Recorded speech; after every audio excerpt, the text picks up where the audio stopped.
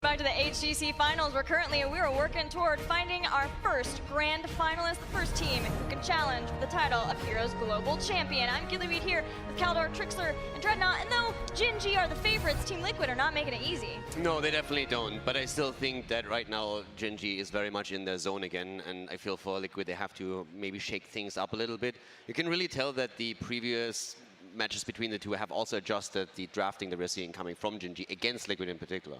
And Gen.G have been winning things for so long, Trixler. I have to wonder where the mentality has been for this team, considering the fact that, you know, they win a lot of things, they're used to winning, and then a team has beaten them once in one game. Sure. They went 1-1, and then wins the first game in the series. I think the only time that I can remember them distinctly having an issue with that was Eastern Clash last year, if I remember correctly. They came in super confident, feeling like they had the entire tournament down, and then lost a couple of matches, and it felt like they just tilted off the face of the earth in terms of actually the approach of the game they normally go for. So I think if you want to go that route, we need to have that mix-up that Kaldor was mentioning. And one thing that I'm thinking about in particular is Abathur. It's not being banned out by Gen.G, and if that could be something that Team Liquid pulls out and surprises them with, I could see a situation where Dignitas shut down Tempest last week, really being echoed here for Team Liquid. Well, let's not forget that 2 years ago, Gen.G and Fnatic in this spot, the same thing kind of happened. But since then, Dreadnought, Gen.G has been synonymous with what we know as Heroes Esports. Yeah, they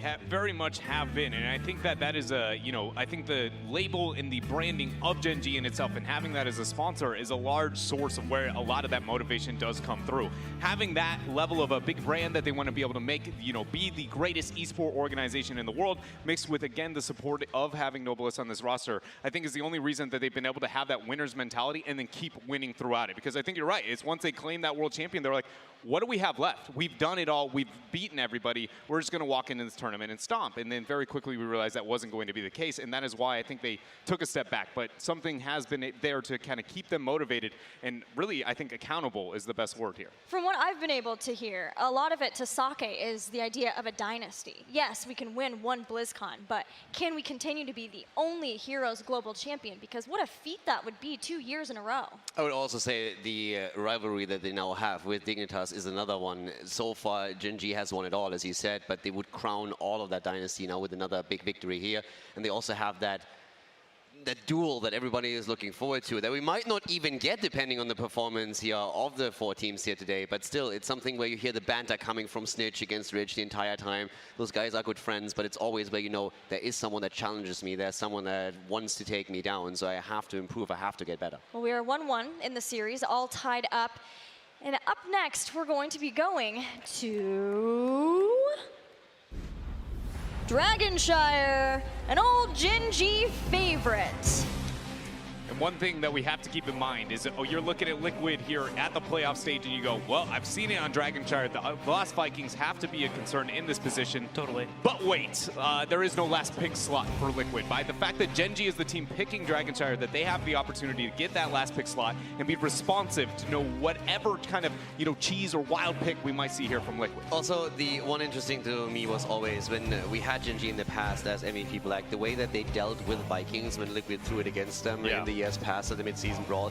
Their adjustments are so insanely good. They know exactly when that composition is at its weakest, and they're just saying, why would we chase you? We're just going to take your structures and push it through towards the core, and what are you going to do about it? And one thing that I also would highlight is just looking at the entirety of the Eastern scene, especially out of Korea, they are far better at that mid-game top lane pressure, which is a direct counter to the TLV approach to this battleground. So from beginning to end, I would say that it is unlikely to see that level of, pocket strategy be as successful for Liquid. Right. There is definitely a lot of top focus, especially from Gen.G, but what is interesting to me is the focus on Hammer and Hanzo, 2 highly prioritized picks for Gen.G that they have shown so far, and that leaves a lot of things open. And it puts it in a weird position because now that's the first pick Tyrande coming out from Team Liquid, which is something that we haven't really gotten that much definitely in opening week, and now it's just an adjustment that they've recently been making. But according to the pick bans, that puts Raynor at the very top, and as we talked about, that has been the go-to DPS from beginning to end for Gen.G in this tournament. Trick, what are your thoughts on what we've seen so far? Very interesting adjustment from Team Liquid, but I think something that we needed to see from them. Hanzo and Sergeant Hammer have been instrumental for Gen G this entire last couple of weeks. So I love the big change up, but you already mentioned the rain that can come out later on. We don't have the draft screen up here, but we are watching the draft on the side here. And Urella and Phoenix comes out for the 1-2 for Gen G, and then Li Ming and a Nubarak for Team Liquid. Look how long they wait for that ban. And they go full Gul'dan here. So this is a very similar draft to what Liquid actually used when they dropped those Vikings. Again, as Dreadnought pointed out, there's no last pick slot for them, but they have run stuff like this in the past. So they were at least thinking about it, Gen G that is, but they dropped the Gul'dan here. And now, of course, the question is, how does Liquid, at least when it comes to their own picks, adjust? Because this is a map where we have seen a lot of variation. And you pointed also out Abathur earlier. We have seen Simura on this map on the European scene. We have seen Valera. Arcana played there too. There are a few adjustments that could come out depending what Gen G picks next year. The biggest thing to be looking at for Gen G, though, is that Phoenix is completely out of place compared to what we have seen from them in the past. That shows that they're way more concerned about the macro game and wave clear game into the Toronto and Nubarak. So I expect a double macro focus here. But Urel in the offlane, not too good in the avenue. So who's going to be able to back that up? And look at this. We see ourselves moving into the Tyrael and the Kharazim. A lot of siege capabilities, a lot of skirmishing capabilities. But who is that consistent DPS that is going to provide the problem that the Tyrael is going to enable here for Gen G? That is the question. That's always been Hammer. For this tournament at least, it's been Hammer, and that's still banned, so there is something to that. What are you feeling for Team Liquid, Trick? I would love to have a little bit more follow-up for this Nubarak Cocoon. You need to be quick when you're wanting to run this type of composition. Okay. I could see a Raymond coming in. It was just going to be a Rainer, but there's a Dahaka in that top lane that we're looking for on Towers of Doom. I'm more looking at Gen G. Jaina. You think it's Jaina here? I would love to see a Jaina. Alarak! Finally! That is the name of it there. We're going to see that pick up there and into...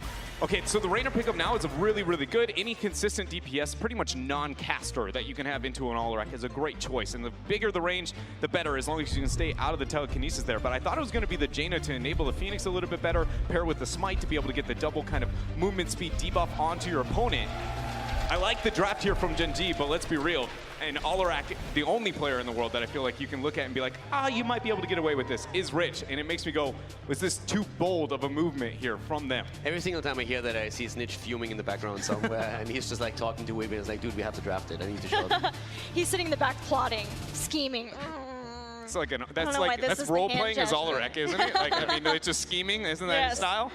But let's talk a little bit about the draft for Liquid here as well. Yeah. I think they have a lot of engaging kill potential that I really like. We also have the Dehaka again that we pointed out earlier. They love to run on Towers of Doom too, so they have Eternal on that hero now. And they play a very aggressive draft right now, and I kind of like that. The Alarak has gotten them a win on the same map versus Miracle. How much is on the shoulders of Rich with that kind of engage heavy draft? I mean, I think a majority of it is on the shoulders of him, but I think he's very capable and understanding of that and willing to pull that off.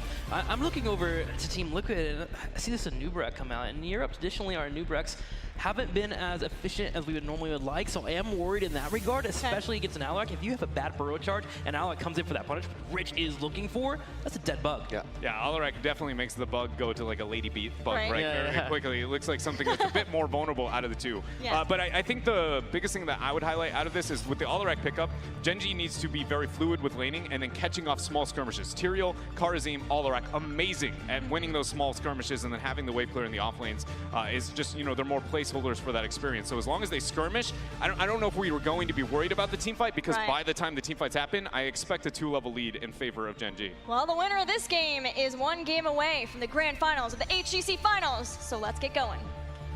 Connor, we get an Alarak and a Kharazim from Gen G. They are looking to go full offensive.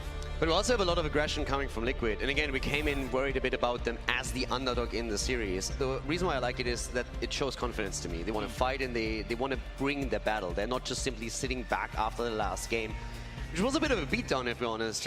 They're saying, okay, we can still go toe-to-toe with them here. It's going to be tough, but they're going to try at least. I also like the backup plan of bringing the Dahaka in, but let's go straight into Dragonshire. Here on the left side in the blue, it will be Gen G. Sake playing Kharazim, Reset on Phoenix, Rich on Alarak, Kyochi on Urel, Tist on Tyrael. Go ahead and give it up for the Korean team.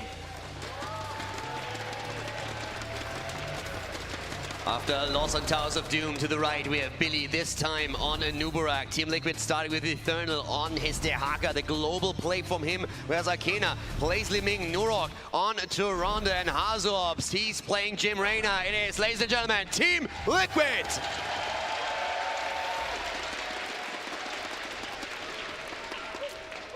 You pointed out earlier the engagement we can see from Nubarak and how that can be punished. That's definitely something that worries me too, because when we see Nubarak in Europe, oftentimes it is paired with the URL. You want to have that armor bonus, or you might have that blaze right next to you. In this case, it's something Billy cannot rely upon. So he needs to be extremely careful here. And already we're having Hazorbs also under pressure as Gen G is going for early game aggression in the mid lane. And it pays off